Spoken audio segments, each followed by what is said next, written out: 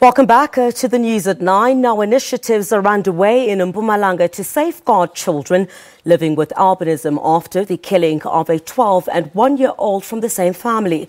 A sangoma from Swaziland has been charged with 2 counts of murder, kidnapping and violation of a corpse. Well, the suspect is expected to apply for bail on Tuesday. Now, joining us in studio is Nomasonto Mazibuko, who is the founder of the Albinism Society of South Africa. Nomasonto, thank you very much for joining us this evening. The statistics are quite alarming. Last we checked, that there have been attacks on more than 600 people with albinism in 26 African countries. How rife is this in South Africa? Well, in South Africa, I can say it's not that rife. Of the reported cases, we've got 3 reported cases of the bodies that we got.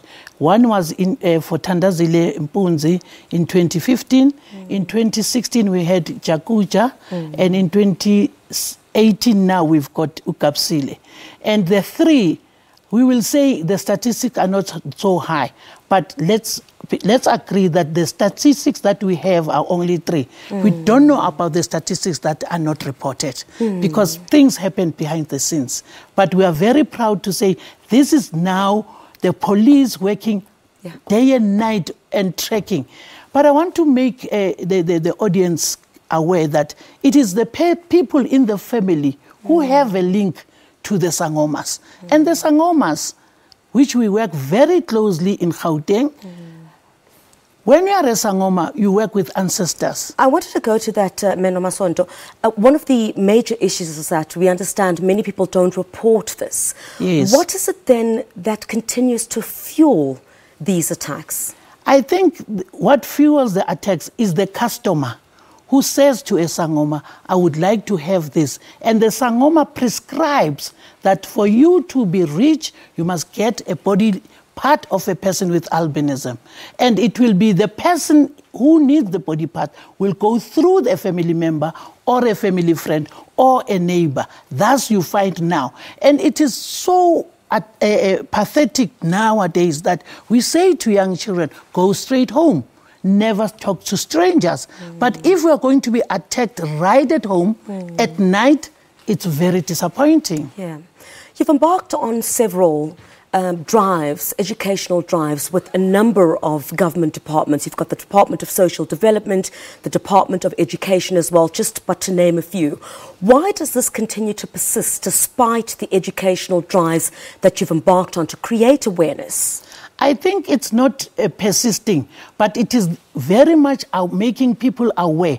People themselves, with their conscience, report back. Because in this case of Kapsile, if the perpetrator did not report, because the conscience is there to say, I've done a wrong thing, they themselves kill and come back and say, because they were led to the gravesite by the perpetrator himself. So it means it's now becoming educative. And as we engage even the religious sector to say everybody has a conscience, and traditional healers themselves say we are not party to that. It is the witch doctors. Mark you, ready? It's a difference between a traditional healer and a witch doctor. How then can we circumvent instances such as this? Yes, we've had the instance in Mpumalanga, but clearly what has been done so far still doesn't seem to hit the nail on the head in terms of trying to solve this problem. The myths continue, the superstition continues. I think we need to have more educational programs, more advocacy programs. And remember, it is the decade where it is a generation gap. Yeah.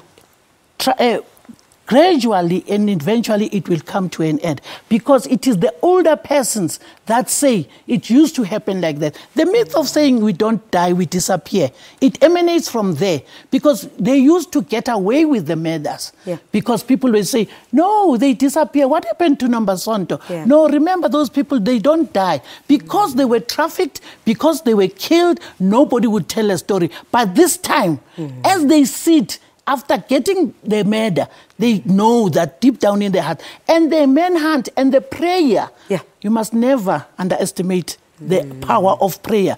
From the day Kabsile was kidnapped, yes, people started praying. All right. Unfortunately, that's all we have time for. Thank you very much for your time.